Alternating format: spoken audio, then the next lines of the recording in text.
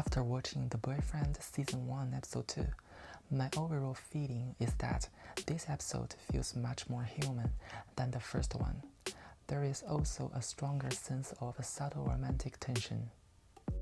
At the very beginning, when I saw Dai and Kazuto, I had a very immediate thought. People whose mouths naturally curve upwards, who always seem to be smiling, really do seem easier to like. After all, who wouldn't want to look at a pleasant, friendly face? Then there is Yusak, who genuinely surprised me. The way he keeps eating plain boiled chicken without hesitation is quite shocking. He is clearly putting in serious effort for his physique and career. At the same time, although he shines on stage, in everyday life he appears sensitive, delicate, and not very good with words. That contrast feels very real. People are naturally multifaceted and also shaped by their environment. One thing that slightly distracted me, however, is the constant mention of living expenses. Personally, it feels like it pulls attention away a little from the main theme of a romance. As for the work aspect, Ryota is very reassuring.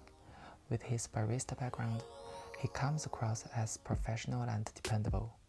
Gensei is actually quite fortunate to be working with him. Unfortunately, Gensei mistakenly believes that the anonymous letter he received was from Ryota, which creates a bit of tension. Ryota himself feels like a very fluid presence.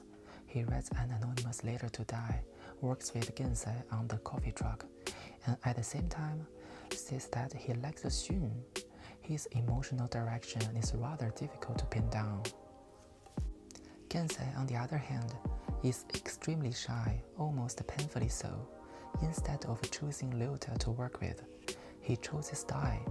It seems quite clear that, for him, going out on the coffee truck is not just work, but a form of confession. There is also a moment where Xun and Dai discuss their past relationships.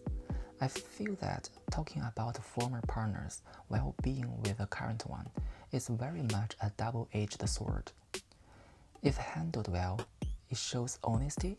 If not, it can easily become a problem. And then there is the phone incident. I would say that if you do not have a very strong mindset, you shouldn't look through someone else's phone, especially their photo album. You might see something you are not prepared for. That said, there is an interesting perspective that people should take more nude photographs of themselves when they are young, so that they can look back on them when they are older. It's quite a nostalgic idea.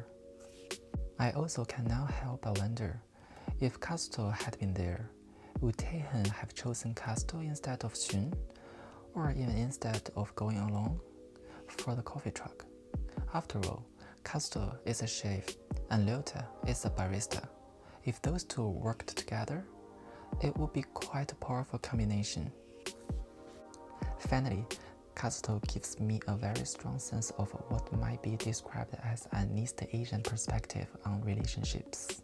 For him, romance seems to be clearly directed towards marriage and building a family, without that kind of outcome or purpose. He appears to feel confused. This goal-oriented view of love is actually very common in our cultural context.